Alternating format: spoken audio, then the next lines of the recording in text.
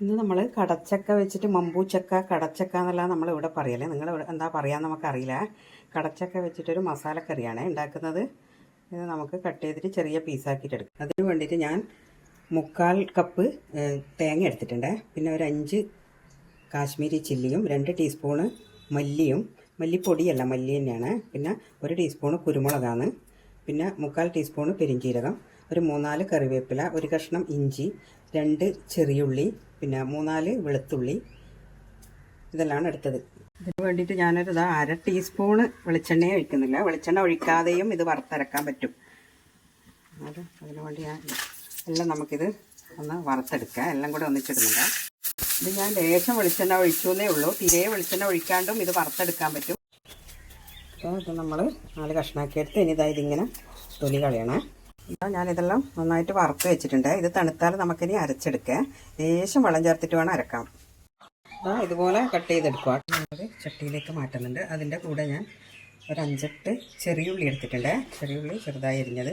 പച്ചമുളക് ഞാൻ കുറച്ച് കഴിഞ്ഞിട്ടാകുമ്പോൾ കട്ട് ചെയ്തിട്ടിടുന്നുള്ളൂ. പിന്നെ ഞാൻ പാകത്തിനുള്ള ഉപ്പും 1/4 ടീസ്പൂൺ മഞ്ഞൾപ്പൊടിയും ഇതിലേക്ക് ഇടുന്നുണ്ട്. എന്നിട്ട് നമുക്കിത് വേവിച്ചെടുക്കാം. നമുക്കൊന്ന് അരച്ചെടുക്കാം. നമ്മുടെ വെള്ളം വയ്ക്കുക. ചക്ക നന്നായി വെന്തു. നമുക്കിതിലേക്ക് അരപ്പ് ചേർക്കാം. അരപ്പ് കണ്ട ഞാൻ തിക്കായിട്ടാണ് അരച്ചെടുത്തത്. ഇതിലേക്ക് ചേർക്കാം. എരിവുള്ള മുളക് പൊടി വേണ്ടുന്നവർക്ക് ചേർക്കാം കേട്ടോ. നമുക്ക് ഇത്ര മതിയാവും. ഇത് കറക്റ്റ് എരിവായിരിക്കും. ഇതിൽ കുരുമുളകിൻ്റെ എരിവല്ലേ ഉണ്ടാവില്ല. കാശ്മീരി ചില്ലി അത്രയല്ലേ ഉള്ളൂ. പച്ചമുളക് ഇടുന്നുണ്ട്. പച്ചമുളക്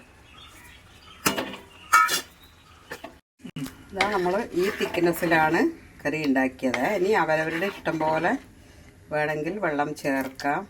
കറി കൂട്ടാം. അല്ലെങ്കിൽ ഇത്ര വേണ്ടെങ്കിൽ അങ്ങനെ ചേർത്താൽ മതി. ബാക്കിയെല്ലാം കറക്റ്റാണെന്നൊന്ന് നോക്കുക. ഇതിലിപ്പം ഒരിത്തിരി ചിക്കൻ മസാല ഇടുന്നുണ്ട്. 1/4 ടീസ്പൂണ് ചിക്കൻ മസാല. പിന്നെ പച്ചമുളക് ഇട്ടത് ഞാൻ രണ്ട് പച്ചമുളക് മാത്രമേ ഇട്ടിട്ടുള്ളൂ. കുറേ പീസാക്കിയതാണ് കേട്ടോ. ഓക്കെ, ഇനി ഇത് തിളച്ച് കഴിഞ്ഞാൽ നമുക്ക് വറുത്തിടാം. നമ്മുടെ കടച്ചക്ക മസാലക്കറിക്ക് ചെറിയ ഉള്ളി, കറിവേപ്പില, ഉണക്കമുളക് ഇതെല്ലാം കൂടിയാണ് വറുത്തിട്ടത്. കറി റെഡി. ഇത് പുളി വേണ്ടുന്നവർക്ക് കുറച്ച് പുളി ചേർക്കാം കേട്ടോ. നമ്മൾ പുളി ചേർത്തിട്ടില്ല. നമുക്ക് പുളി ചേർക്കാണ്ടാണ് ഇഷ്ടം. അടിപൊളി മസാലക്കറി റെഡിയായി.